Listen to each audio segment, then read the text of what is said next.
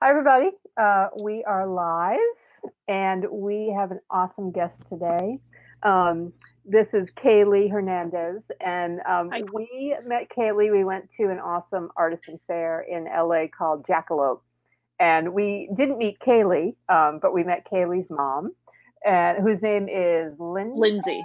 Lindsay, and Caleigh's booth was gorgeous, and you'll see why as we talk about it. But so we talked to Lindsay, and we said we need to meet your daughter, and we need to interview your daughter, and we need to have your daughter's products in our subscription box. So she hooked us up, and so we have interviewed Caleigh. We have not found the right box yet, but we think we have an idea that we will talk to Caleigh about later.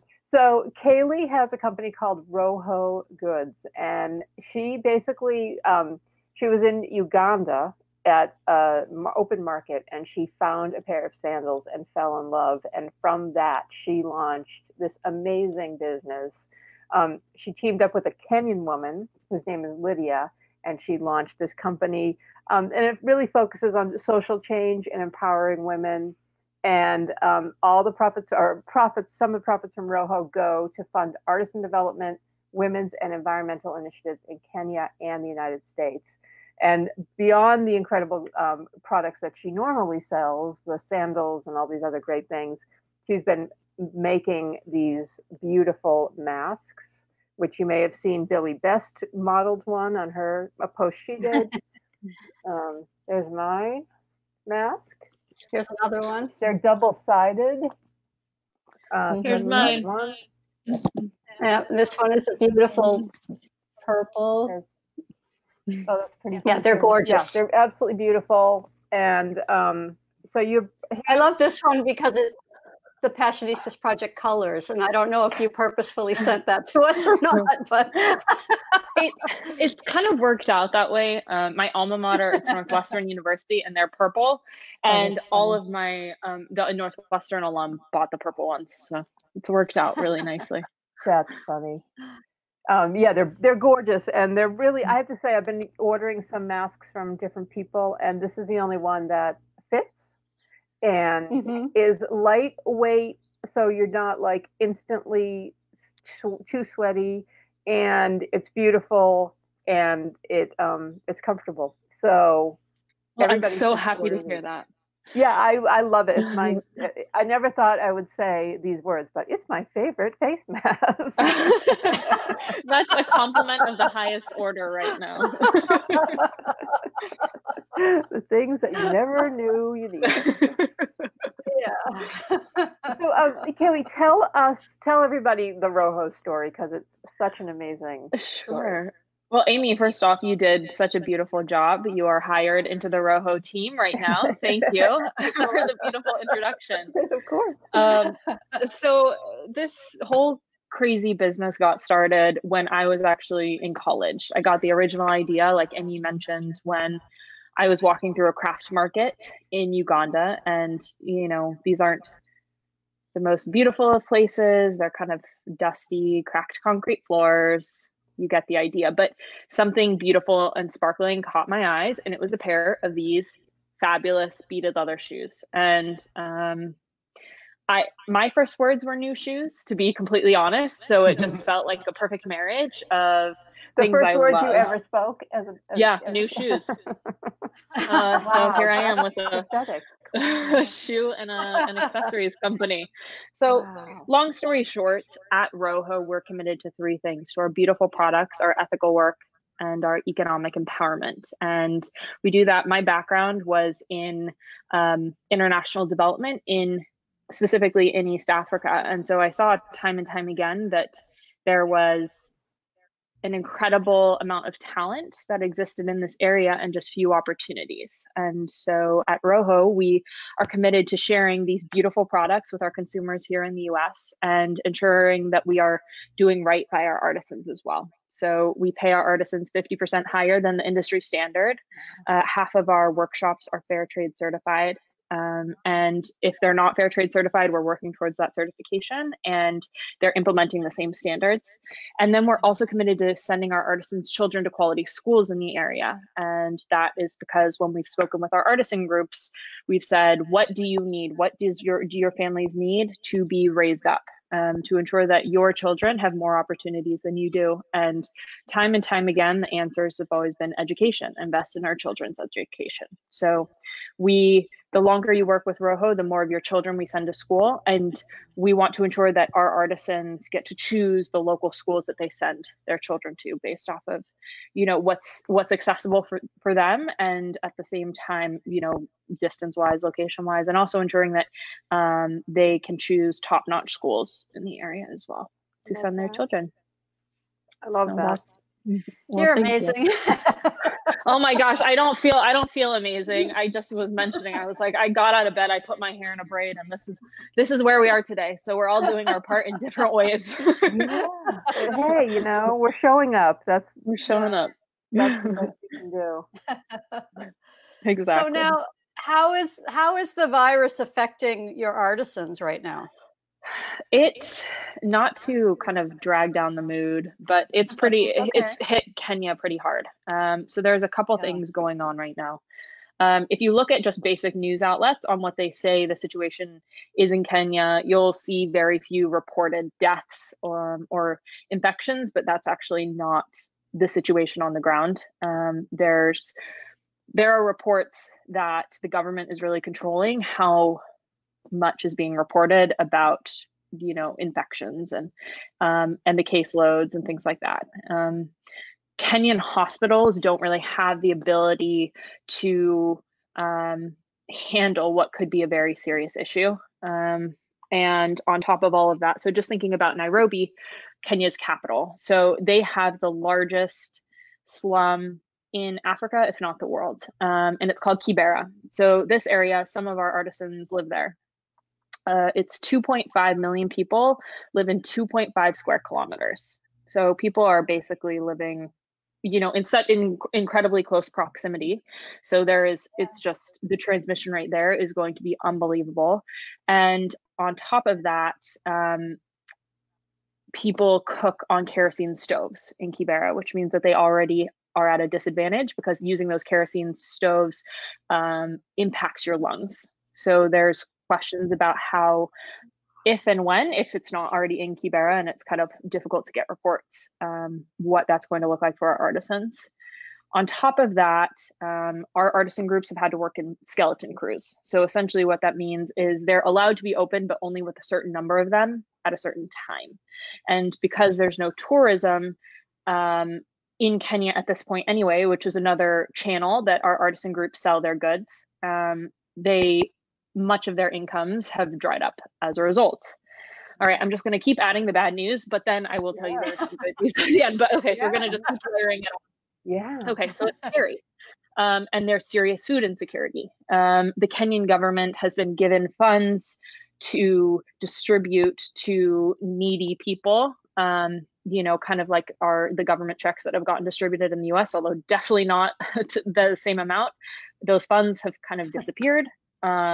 So that's looking kind of weird. And then East Africa is facing the largest locust plague that it has faced in 70 years, which means rural farmers, their crop yields are just getting absolutely decimated. So from now, over the next few months, we're going to see what these yields actually look like. And there's talk that this could lead to serious food shortages, if not famine, all over East Africa. So we're talking Somalia, Uganda, Kenya, South Sudan, areas that are relatively fragile to begin with and just are not going to benefit from having something like this happen, especially as food prices will inevitably increase and incomes are already decreasing. And most of these people work, hand to mouth. So it's a very worrisome situation for Kenya in general. And then one more thing on top of all of that is that Kenya is facing some serious flooding right now as a result of the rainy season that's just come in. So it's like biblical at this point, all of this stuff that's going on in Kenya. And I'm not saying it's hard because, when I first heard all of this, and I was, I'm talking with my artisans, especially as everything with coronavirus was happening. And they were like, look, 3/4 of our artisans, so 300 of the 400 artisans we're working with are food insecure. And that means them and their families are not quite sure. Their incomes have been sliced, right? And so it just is leading to some serious insecurity. And on top of that, I mean, at RoHo, and I totally understand, in the US, we rely on US consumers to buy our goods, which then ensures that we're able to support our artisans. With so much insecurity, sandals and handbags and jewelry, while they're gorgeous and beautiful, it's not necessarily on people's mind at this point to buy. People are kind of waiting to see what's going on.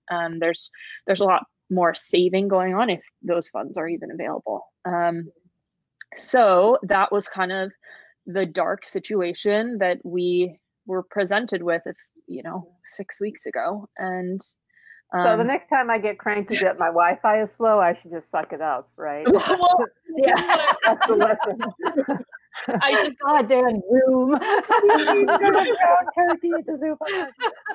It puts things into perspective for sure, but it's also hard because I also don't want to, there are things totally worth complaining about here too. And so it's just, it's a lot, I guess is the easiest way to put it.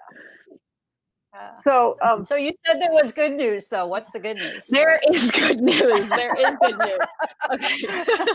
So what happened was, to be completely honest, given all that information that I just kind of shared with you, for the first few weeks of coronavirus and with, RoHo sales plummeting and several of our events getting canceled, where we usually make a bulk of our income at this time, I was pretty depressed. I got up and I walked the dog, and that was a good day. And then my mom came to me and she said, look, this is not, and I work on this project with my mom. I started it, but she's the one who actually has business knowledge. So she's the one I go to ask how you actually do things. And then I still kind of get it wrong and go for it anyway. But we all do that. Yeah, totally. And she said, what are you doing? There are 300 artisans that need our help right now. And we have the ability to actually do something. And I was like, look, no one's buying our products. I don't feel comfortable pushing our products right now. It's not what people need. And she said, no, but we've been gifted and have bought a bunch of African fabric in our trips over to Kenya. So on the first trip that my mom took over to Kenya with me, and I'd been, over many times and lived over there, but on the first trip, she came over to meet our artisans. They gifted her 8 yards of fabric. And then I was looking, and I had bought some batik fabrics and I had some kitenge fabrics that I always had this idea of, I'll turn this into something. But I should say I'm not crafty, although funny to see how the story goes. But so this was just kind of the situation. She said, look, we could do something cool. People here need face masks, and let's do something in order to support our artisans. So we got started. She created a sample. So I don't know how to sew. We'll put that right off the bat.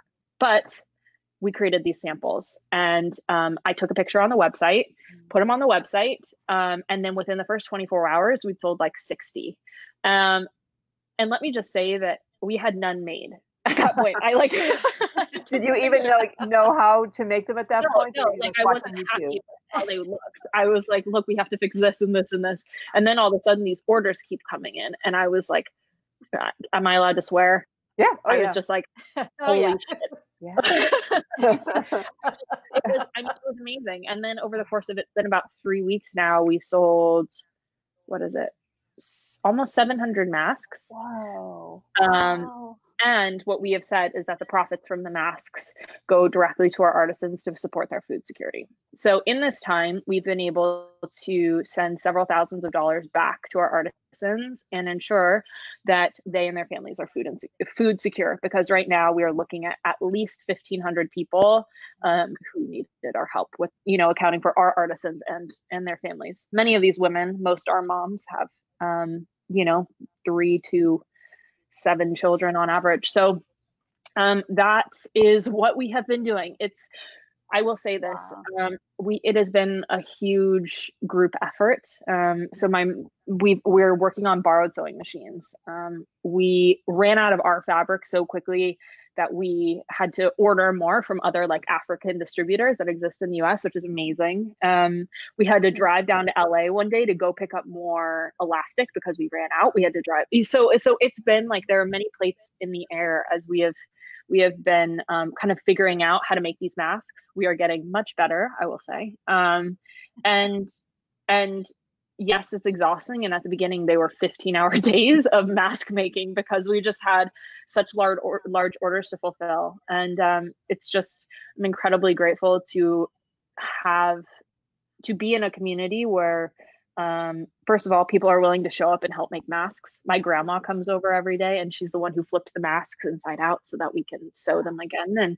And my mom is the one who's sewing and I'm the one who's ironing and cutting. And then, my boyfriend, when he gets home from work, I'm like, you have 50 masks to sew right now, so get going. Wow. So it's like such a group effort. And then, some friends of mine are like, if you give me fabric, I will pin for you. So there has been such an incredible outpouring of support in that way. And it's in, a few weeks, we've been able to do something substantial in a community that needs it. And so while crafting isn't necessarily my forte, to those who are, amazing. Like, I don't know how you guys do it because I just am like not a straight cutter. I just am pathetic, but it's so incredibly motivating to just know that while mask making may not be like the most glorious thing, like it is doing something really, really cool for our artisans. Yeah, and you're protecting people here too. I mean, exactly. We actually got a request to show them again because we were having some pixelation problems. Yeah. But I know that Caleigh just said all that stuff about how they're not professional sewers and stuff, and so they're figuring it out. But the quality is amazing. First of all, really well. They're made. Double layers. They're reversible. They're totally reversible, and the pattern is gorgeous. We use all African fabrics in our designs. So they're either kitenge wax prints, or we use, which usually comes from Nigeria, and as well as kente cloths. Is this Pardon? Black and white? Is this a wax? Yeah, that's a wax. And then the other side as well is a wax. Yeah. And how much are they, and where do people get them?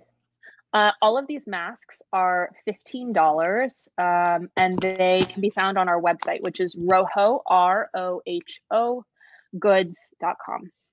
They're on the front directly on the homepage. We all need masks now. We're all going to have to wear masks for a really long time. So you can not only protect yourself, but you can help all of these amazing artisans in Kenya who are in such a horrible state. We all think we're in a bad place, but we don't have locusts. We don't have locusts. And and the best part is, so the way that we have set this project up is we order kind of 8 yards of a certain color of fabric, and when it's done, right? So when you order more masks, they're totally different fabric designs. So here are some of the fabric designs I'm sitting on now. We have some like this, these ones are pinned, just so you can see. We have this. We have this. Oh, that's beautiful. We have this one is obnoxious and fun. So I just think that pretty. Masks are going to be the fashion statements for the next year at least. And why not get one that matches your personality? Are you feeling sparkly and loud and coral? Or are you feeling more muted and tribal? Who knows? Right. Yeah. I love how the different sides, like this one's like really subtle, and this one, even though it's black and white, is fun, and the one you have now with the orange and purple is the same way. Yeah, it's beautiful. Beautiful. Yeah, and those are Passionista project colors. Passionista project colors. I love that. Yeah, and Amy, I love amazing. They are all cotton, and yes, they're washable, which is the best thing about them. Machine wash? Yes, machine wash is fine. We usually recommend hand drying, but I'm sure they would survive dryer too. Yeah, perfect. And we will add the links in the comments after the chat is done, so everybody can just click on it and go straight and order their masks. Amy, I love the brown and white on your mask. That fabric is actually super special. We only had 2 yards of it, and it comes from a women's cooperative in Ivory Coast, which was really cool. And I had bought it. Oh, I have one of those too. Yeah, you have that too now. That one. It's really, it's one of my favorites. I know it's a more muted fabric, but it was really cool. I actually bought it locally from a woman who runs a fabric store, and I like emailed her and was like, what African fabrics do you have? And she was like, I only have this one from the African coast, Ivory Coast. And I told her a little bit about what we were doing, and she gave it to us at like a steep discount because she was like, it's amazing what you're doing. So it's so beautiful. Yeah, I was excited. There's some good. It's so great. It's so funny. Nancy ordered. I thought we were going to order together, and then Nancy ordered, and I was like, what? You ordered? So then I ordered. I jumped the gun. So then I ordered, and then she was like, well, I have two of the same. I'm like, all right, I'll trade you for that. So there you go. Perfect. Start trading that. You can mix and match. Yep. I'll also say one of the new baseball card. Oh my God, it's perfect. It's perfect. I love it. And realistically, we just placed an order for like 100 more yards of fabric because I envision this being around for a long time. And we pitched this idea to a couple of journalists who might pick it up. So you might hear about us in BuzzFeed, HuffPost, and entrepreneur.com. So send good vibes. Excellent. Well, you definitely the word. Great.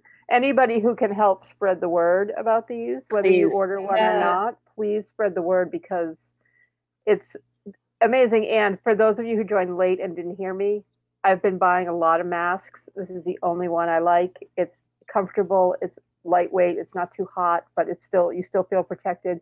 It's really big. It covers your whole, like it goes under your chin and over your nose. Mm-hmm. Like you see so many people talking on the news and it's like the mask just starts to slip down and you're like, no, this stays up when you're talking. So tell anybody who knows anybody at CNN or MSNBC who wants to buy masks to their journalists. Every journalist should have one of these because Anderson Cooper should be wearing these. Yeah. Oh, it would almost make him look more handsome if that's possible. I know. All those eyes. The fabric is blue that would make his eyes. Man, I'll work on it. I will say 2 things about the masks too. If you have a small face, this week we are coming out with kids size and just small face masks. So those will be out this week as soon as I finish up this big order that's coming out. And I also wanted to say that each mask we've quantified it out.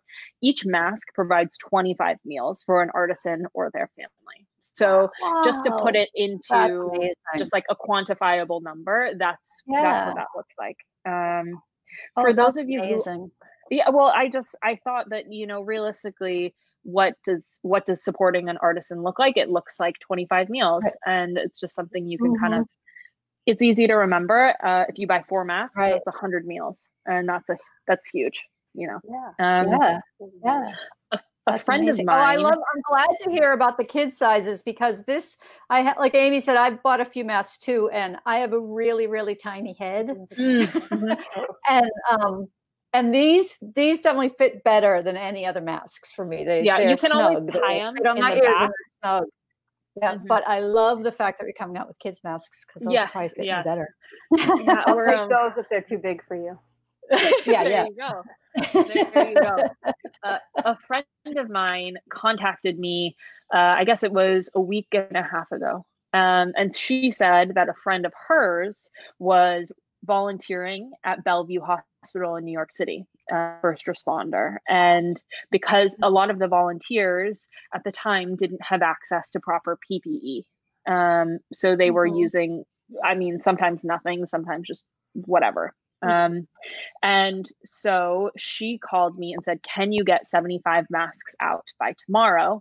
And let's overnight them to New York City. So she bought 75 masks from us that then directly went to these first responders in New York City. And it got us thinking, are there other organizations and nonprofits that might need masks at this point? And is there a way that we can start a program through RoHo to gift masks? So consumers can pick one of our partner organizations to gift a mask to a place in need.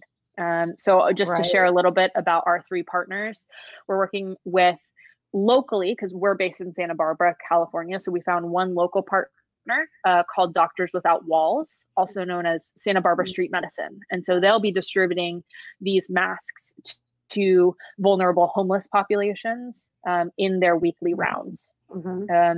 Studies have, of course, shown they're an incredibly vulnerable population right now, and they are going to be hit incredibly hard by coronavirus. So we just want to ensure that our friends experiencing homelessness are kept safe. Second, we partnered with the MD Anderson Cancer Center based in Camden, New Jersey. And there they expressed a desperate need for 4,000 cloth masks because they have N95s for their cancer patients as well as those who are in direct contact with them. But there's a need for people who also work in the hospital who don't necessarily have direct contact with these patients to use masks that aren't necessarily the N95. They want to save them for as long as they can. So we have also partnered with them at MD Anderson. And then third, we've partnered with Second Harvest based in New Orleans, which is an area that's been hard hit, of course, by coronavirus as well. And they're a local food bank, and they will be distributing the masks to those who work in the food kitchens and also those who are distributing food aid because they're not getting the proper N95 masks. And they've noticed that there's been a severe decrease in the number of people who have volunteered as a result of people being scared about passing on the virus or getting the virus. And so it's just ensuring there's a sense of safety amongst people, especially as food aid is becoming more and more important right now, as there's job insecurity and things like that. So those are our three partners for those of you who may have masks but are looking for other ways to support. Awesome. If you are looking for any other partners, let us know because we have a couple of ideas. Yeah, please let us. I'm always looking for more partners. We're happy to add them into the mix. We have committed, regardless of how many we sell through the website, we've committed to giving each of our partners 100 masks. And then hopefully we, enough people donate them to account for that. But if not, I mean, we're still wanting to do our part for these partners, and we're all in this together. Yeah. That's excellent. Someone commented that the Native American reservations need masks too. Yes, the Navajo Nation would be that would be okay. On my to-do list. Noted. Thank you. Thank you. By tomorrow, she's so good. Like by tomorrow, she'll be like, "Oh yeah, we got a partner." I will say it was harder than I thought to initially find partners because areas that need these masks desperately aren't answering the phones because they have a million other things going on. So it took me a couple days to solidify the first partners. Yeah. And it was something I wasn't expecting, but obviously they have bigger problems than answering the phone right now. But they must have been so happy when they found out what you wanted. Yeah. Yeah. I just, to be able to do even something right now, even something, I don't know, even if I'm just cutting fabric for 15 hours, it feels like we're moving towards something that's just going to be beneficial for all. And realistically, the only way we are all going to get through this is together. Socially distanced and in our RoHo masks, but together. That's right. Social distance. Yeah, fashion. You might as well look good while you're doing it. What is it about your upbringing or about you as a person that makes you just so wanting to give back? Do you can you look at something in your life and go, oh well, this happened and so I want to?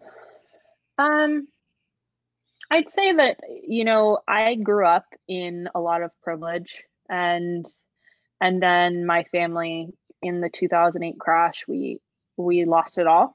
And so I went from just not even understanding anything, and also, of course, being young, to learning very quickly what it's like to grow up in the real world. And it made me just realize, look, like we are really fortunate to be here in the US where there are safety nets. And, I still was going to a good high school at the time. And there were still opportunities for me to excel. And I could only imagine what it looked like for other people where those didn't exist. Right. And And I also noticed at the same time how much easier it was in high school for friends and peers to do things that I was restricted in doing, like learning how to navigate the financial aid applications, and having a mom who's a single mom and working and doing everything she could, but me being really limited in the time I had with her because she was busy, keeping food on the table and ensuring that we were all safe and healthy. So it just, my experience was painful, but I was like, at the end of the day, it could have been so much worse. So what does that look like for other people? Yeah. And then tell us what brought you to Africa initially? It's funny because I'm Mexican American, and so my dad was like, "Why Africa? Why didn't you go to somewhere in Latin America? What are you doing?" But in college, I just got really sucked in really quickly to the African Studies department that my university has. It's a really strong African Studies department, and then a mentor of mine focused on Africa. So it just, in that way, it just kind of was meant to be. And I also realized that it's an area that's often ignored, and there's incredible opportunity there that's just not being realized. It's kind of, I don't know, sometimes it seems like we treat Africa as a homogenous place, and it's not. Like I work in Kenya, and I've spent most my career, or whatever you want to call it, in East Africa. So I don't know. It just seems like we treat, okay, here's the US, here's Canada, here's India, Africa. And right. So I just thought, well, what if I could share some beautiful things that Kenyan people are doing, and kind of see how it's differentiating them from the rest of the continent, which is also producing some beautiful things too. Mm-hmm. Do you have any of those beautiful things nearby that you can show people? Well, here are these baskets are Rwandan. Wow, that's beautiful. I love them. So pretty. I also, if you wait here, I will get you the coolest thing that I want to import. They are so cute. I'll get them. Okay, cool.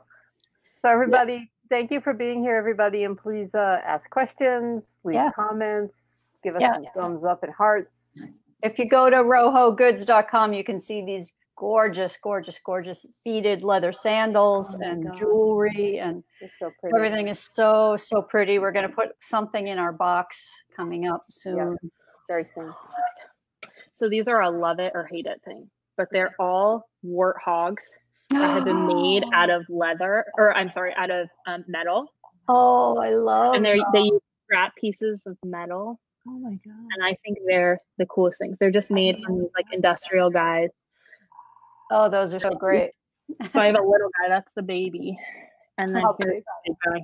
Oh, he's my favorite. How heavy is it? Is it heavy? He's heavy. I could only fit one in my suitcase back. Wow.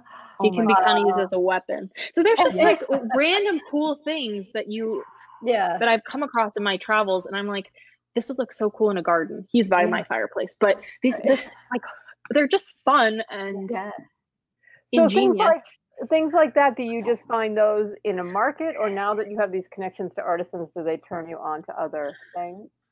I think I just really like to shop, which is part of what got me into RoHo. Those actually are kind of, it kind of resulted for me living in Nairobi, and people kind of, I drove by them every day because I drove by, it's on this place called Ngong Road. It's like this big road, and I would travel on it multiple times a week. And I would always drive by, and they had little monkeys and little things. And I would always just kind of peek and look over. And it's mostly that I'm nosy and love everything about Kenya, and was like, well, we could bring these back. These would be really beautiful here. So those are like the things I always have in my head that I want to bring back. But obviously the shoes are, I'm biased, but the shoes are stunning. We have our bags that are beautiful. Actually, you probably can't see them. There's some right there are some cowhide clutches that have been hanging on my mirror that I need to take pictures Can you of. go grab one? Can you go grab one? Yes. Do you have any sandals that you can grab? Yeah, I will. This is like I should have prepared better. We can wait for you. We can ban.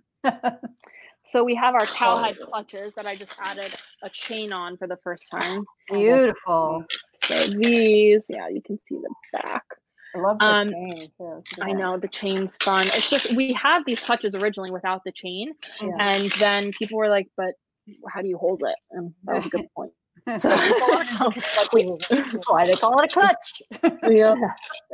And so then I just think like the craftsmanship that comes out of East Africa is just beautiful. Like the products they have, and I've seen my job at RoHo being one where I kind of translate what sells well in the US with the talents and skills that exist over there. The cowhide they have over there is beautiful, and factory farms don't exist in the same way they exist in the US. So we only work with government approved tanneries, and they're all kind of cattle are kind of purchased in small batches. It's not quite the same process as in the US, but every part of the cow is used in the process, right? So meat is of course eaten, cowhide and leather we use in our products, and then some of the cow bones are used in some of the jewelry in our line as well. So we're just trying to use everything and ensure nothing's going to waste. And if the meat is already being eaten locally, you might as well do something cool like a beautiful clutch or whatever. We have a suggestion to add a strap on the back to slip your hand through. See, it has this. Oh, yeah, perfect. But we also talked about adding like a strap here. Right. Honestly, like a wrist strap. Anyone with suggestions, feel free to shoot them over, because my background is not product design, that's for sure. We get great suggestions from people, and luckily we work with such great artisan groups that are very responsive and willing to try new things, even though half the time they think my ideas are crazy. They're like, "You want that color of shoe or whatever?" I'm like, "It's so boring." I'm like, "No, trust me, it'll be fine." But do you have any idea how many pairs of shoes you've sold? Thousands. I don't have an exact number, although I think my business advisor would be annoyed that I didn't know that. So don't tell him. Part out. Yeah. Don't go on Shark Tank unless you know. Yeah, exactly. I know, seriously. When I go on Shark Tank, I'll be more prepared. How about that? Yeah. There you go. Oh, Laurie would love you. For sure. So, how many times were you going to Africa before all this happened? Like, how many times a year? So it depended. When RoHo first got started, I was living in East Africa. So I was living in Nairobi. And before that, I was living in Tanzania. And then I moved back to the US and would travel back and forth about twice a year. It kind of depends, though, on the needs, like what we're selling. A lot of minimum, I want to be in Kenya once a year, showing my face, looking at what's working with our artisan groups, what's not. We host quality control sessions, and that's because, realistically, there are different. The U.S. has different standards for quality control than you would in Kenya. So I have the nice but not nice nickname in Swahili of Mwanamke Mkali, which means tough woman, because I'm like, no guys, this will not fly, or this will fly, or whatever. So they're always like, "Oh, we like Caleigh, but she's tough." But that's my job. That's why I go in, and and we pick these artisan groups because they're incredibly talented and there's a need in the area, and because we expect a lot of our artisans. With our shoes, we want to ensure. My first pair of shoes has lasted me 5+ years, and we want that to be the case for all of our products. We want people to appreciate that there's a story, there's a soul, hands were involved in the making of this product, and you can see that and appreciate that. And we also want them to last forever. So, with all of our shoes, we guarantee them for a year, although generally, they last a lot longer. But it's just because, as we're working out the kinks of our quality control, we don't want our customers to suffer as a result. We take great pride in well, I take great pride in their work. They take great pride in their work. And we want to just ensure that RoHo's here to stay through even a damn global pandemic. And so we're always here to adapt and improve. It's here to stay. You're going to thrive definitely. when all this is over. The warthog is going to last more than 5 years. Too, oh, that's this warthog forever. If there's ever a robber in my house, I'm going to throw the warthog at him because it's like solid. If he doesn't kill him, they'll impale him with this. Oh my God, I know. What does your dog think of the warthog? He has a lot of opinions about everything, fortunately and unfortunately. I think this would hurt him. Yeah, realistically. I do remember I was bringing this through one time, and in Kenya, like when you go through security to the airport, you have to first, before you actually like check in, you have to go through security and they go through your bag and everything. It makes no sense, but whatever. So we did it, and they scanned my luggage, and then they like took it back and they scanned it again, and they made me open it, and we're like, what is that? And they're like, why would you buy that? And I'm like, honestly, I think they're so cool. That's awesome. We're getting a request that you make Tough Woman t-shirts. Oh, maybe I should get it tattooed on my face too. It would be cool though to have it in, I love this. Was it Swahili? Is that what you said? What language? Like have that on in Swahili. That'd be awesome. That should be like our saying, shouldn't it? Yes, it should. Yeah. That's why I'm saying this isn't like, I get my best ideas from other people. Yeah. Can I take that? Yeah, of course. Let's see whose comment it was. I think it might have been Lisa Barbosa, and I'm sure she would be happy for you to take that. Whoever said it, tell Caleigh it's okay for her to please. Lisa Barbosa.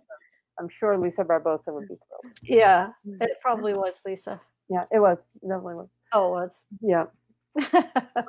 Well, thank you, Lisa. Brilliant idea. I'm going to figure out, as soon as I get off this, as soon as we get off the Facebook Live, I'm going to give my mom a call and say, how do we incorporate Mwanamke Mkali into RoHo? I love that. That's so cool. Yeah. Maybe we should do a line called the Tough Woman line.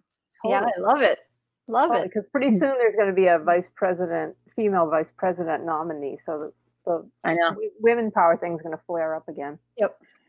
Thank God. So you mentioned craft fairs and stuff earlier, and obviously most of those are being canceled right now. Are you taking part in any of the virtual craft fairs that are going on? Or anything like that? I am. We participated in the Jackalope, which is a fair that's in both Denver and Pasadena. We participated in one of theirs. It was kind of one of my first Facebook Lives, so it was very awkward, but it was fun. Like, it was very fun. I just felt badly for people watching it, but and then I recorded like an IMDb video, so it's on their Instagram as well. And then I'm trying to do some weekly just updates. Not necessarily selling products. It's not like a craft fair thing necessarily, but just to give everyone an update on what's going on in Kenya, because the situation's pretty volatile, and not to bring everyone down, but more to talk about like, here's what's going on in Kenya. Here's how many masks we've sold. Here's how much stability we've been able to provide, and then new updates that we have as a company. Yeah, that's awesome. I just saw that Beth Harrington, our sister, who I don't know has seen the masks, joined, and I know she needs to see them. There's one person I know who would love these masks. Oh, she's probably seen Billy's. She's probably seen Billy's. But Beth, this is for you. RoHo goods. Here's mine. They're reversible. It's going to be a whole new industry too, to be face mask models. Oh, totally. You just have to have really good eyes. Is that like a compliment or not a compliment? Like, you have a face mask model. Like, you have a face mask face. Perfect face for face mask. The teeth whitening business is going to plummet though, because no one's seriously anybody's mouths anymore. I think it's fascinating. I don't know if it came across when you were telling your story, but I think it's fascinating that you have started this all so young and with no experience in business. So you were talking about your mom and how she helps you, but it also seems like you're part of like a network of women in Santa Barbara who really help each other. So can you kind of talk about how you've used networking business groups to help you and how that's really helped during this time? Sure. So I started RoHo when I was 23, 24, something like that. And I will say my background wasn't in business. You know, I was living in East Africa working for nonprofits. So had a background in development, well, what a couple years of work experience, but you know, my education was in international development and, you know, working on the ground in Africa. So no business knowledge whatsoever. But I will say I am a shameless, can I buy you coffee and pick your brain person. So that was huge at first. Just getting any insights I could and advice. And I found that if you're willing to reach out and ask, so long as someone's not too busy, like people love to share knowledge. If anyone ever asks me for, you know, to talk about their business idea or whatever, I love it. It's like, it's so nice to like tell someone else what to do without having to do any of it yourself, you know? It's like the best part. So that helped at first. And then as I was through one of these coffee introductions, I was told, hey, there's this nonprofit locally called Women's Economic Ventures.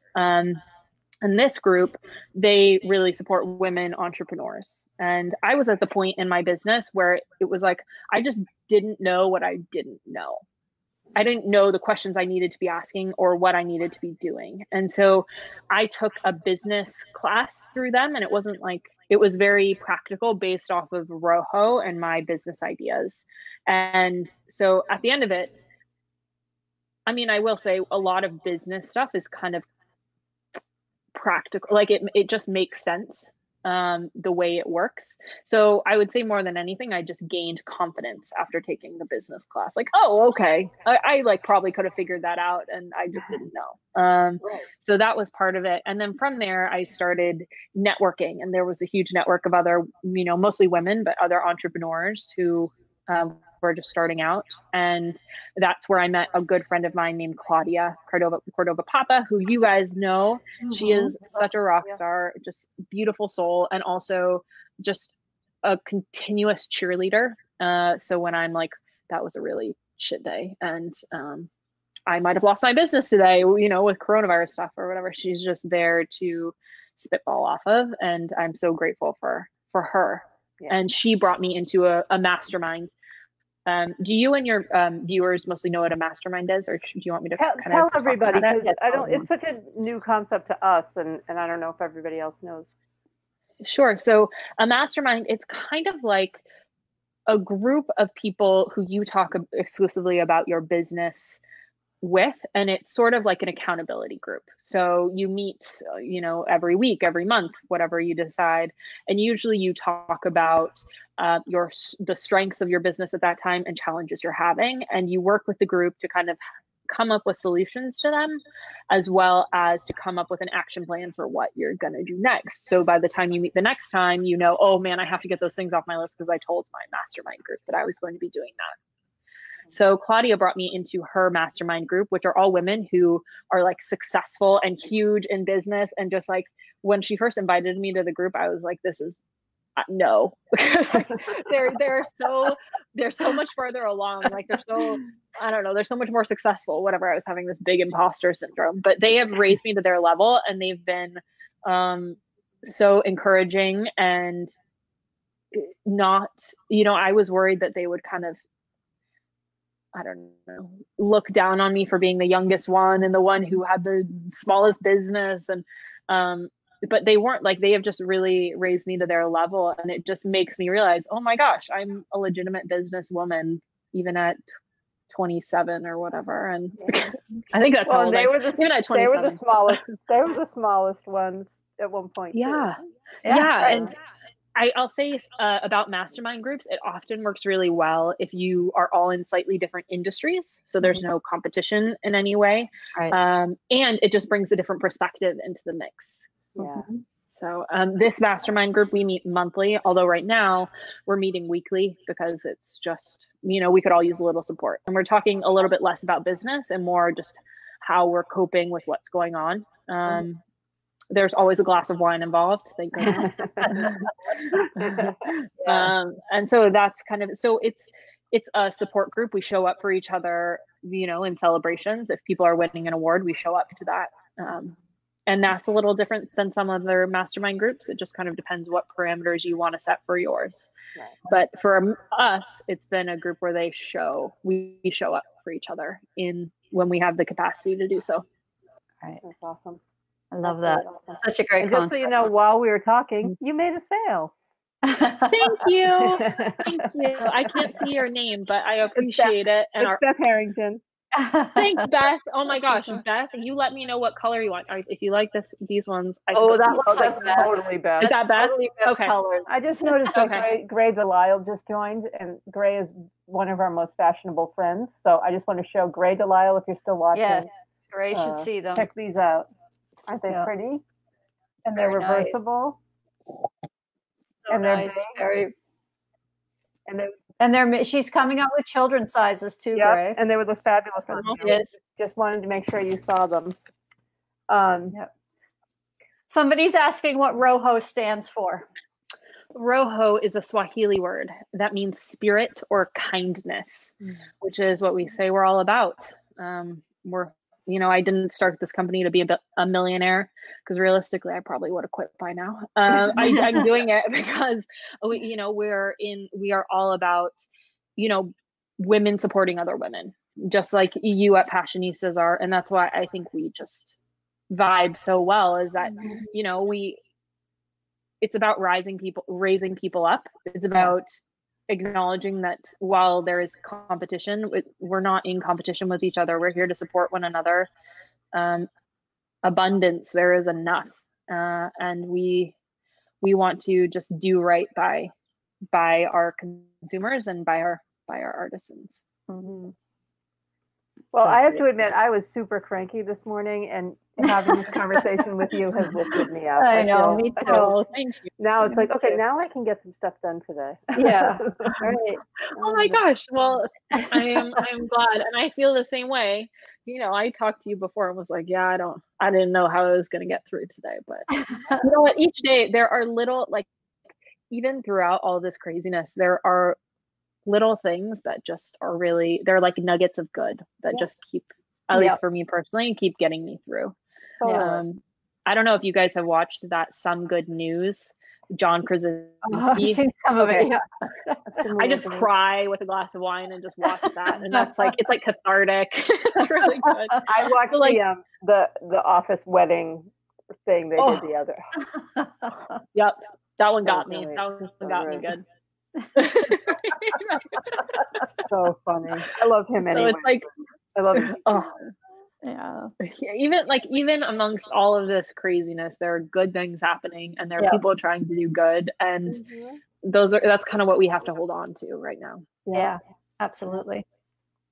And by the way, that RoHo question came from Lisa Barbosa, who wanted to make sure that you knew she's our sister, the one that had the idea about the okay. She's a sister too. And she is brilliant. Yeah. Lisa, you're hired as well. She does crochet that is out of the world. Yeah. Again, with the crafters, so impressed.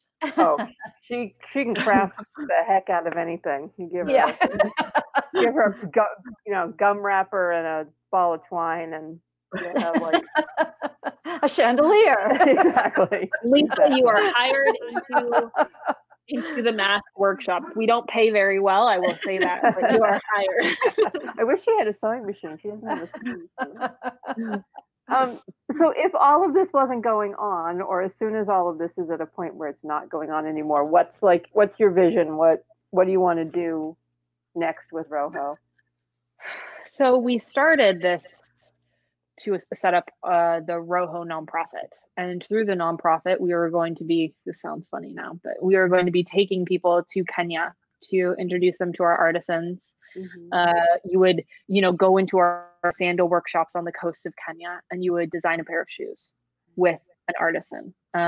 You get to do the touristy things. You get to do the safari, and then my dog was so good until now. I'm sorry. he was keeping it together. But you talked about other animals. He's like, you're going to go see other animals? Oh, yeah, right. Kibo, hey.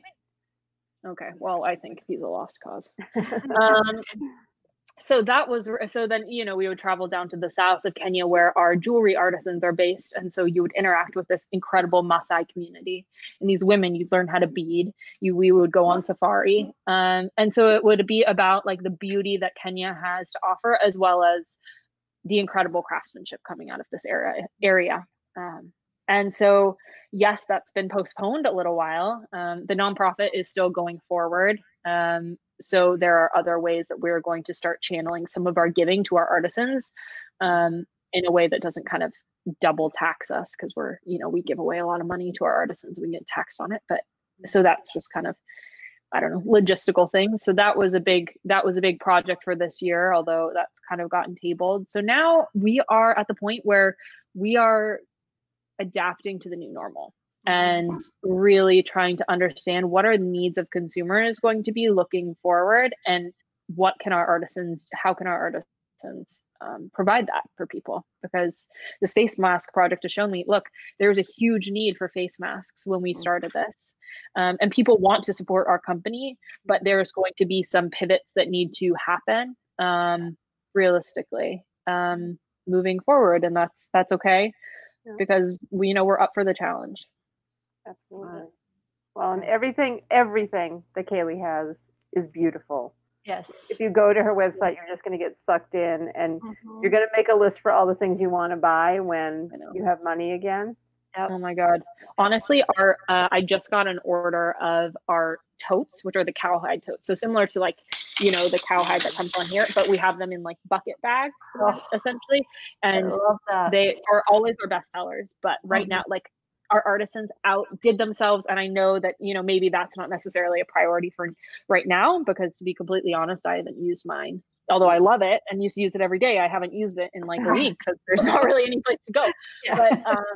But when things do open up, they are just absolutely stunning. And if that is ever something you've been looking for, I always will do, especially right now, I'll do like a FaceTime where you can pick out your bag individually. A couple friends of mine have done that because they're like, the styles are just so beautiful. And I feel like each color kind of matches a specific person. So you kind of have to find your Cinderella shoe bag. Right. That's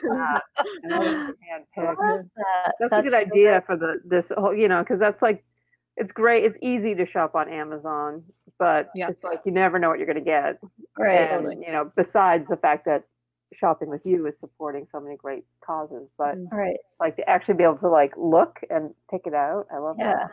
Love that. Yeah. Although I have to say, the fun of the masks was the surprise. Was the surprise of the fabric. It is a surprise. Yeah, because that's really cool. And we're working hard now, if you order multiple, to send you a couple different options. So, okay. So unless you don't want that, in which case, I've heard, some families with kids are like, they have to all be the same, so there's no fight. They fight over them. Yeah, I like the variety. I like the variety idea. I think that's good. And I also have to say, like, the prices are great. Yeah. On everything, so for what you're getting, and knowing the attention to detail, the, years of experience that go into every item that's made, it's like mind-boggling. Everything is beautiful. Yeah. Well, thank you. You guys get it. You are part of our tribe.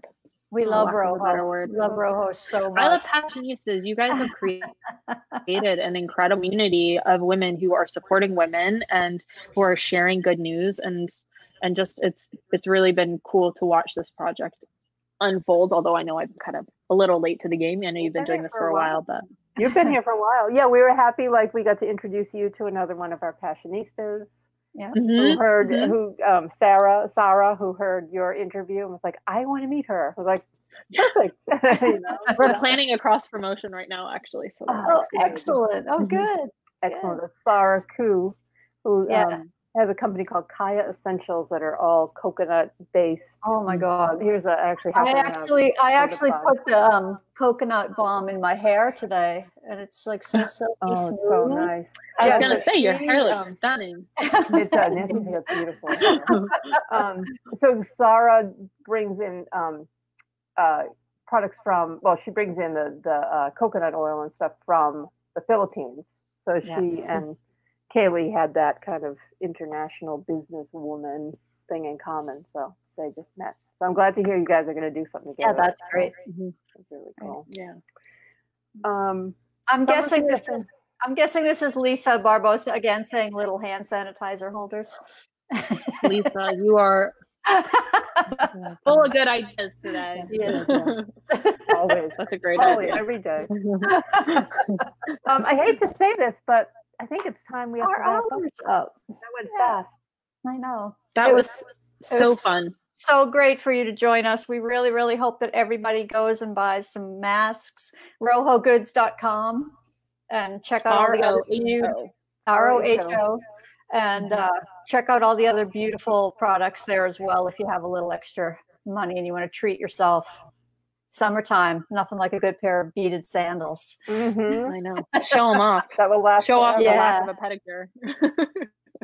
So you start to put your money aside for your little metal sculptures too, when those are available. Oh my gosh! Yes, and start saving money now, and then by the time we can travel again, we can do a Passionistas trip. I really want to do that. Done. You guys would be so. Everybody, start saving your pennies. Yeah, you're not going out. You're not going out to dinner anymore. So put that money aside. Yeah, and we'll go on safari. Learn how to bead. I really want to learn how to bead. Yeah. It's so much harder than it looks. I will say that. I've been on just like you have to think of like how much counting they have to do to keep everything perfectly. I know. And there's like 2 strings. Like I beaded a little keychain and it took me like an hour. Like a keychain this big. It took me an hour. So they laughed at me the whole time. Not so tough now, are you? I know. They're like karma. Excellent. Well, thank you again. For those of you listening, Thursday's live is going to be another unboxing, which are always fun, and the trivia quiz that we threatened you with a few weeks ago. We're going to do some trivia, and there will be prizes. So. Don't miss that. And then next Tuesday is Kate Anderson from I Fund Women, which is an amazing organization that helps women with a crowdfunding campaign, but also not just the platform for that. They give tutorials and training and coaching. So they're an amazing company. And they are. We tagged you in this the other day, Caleigh. They are. They've set up a special fund right now too.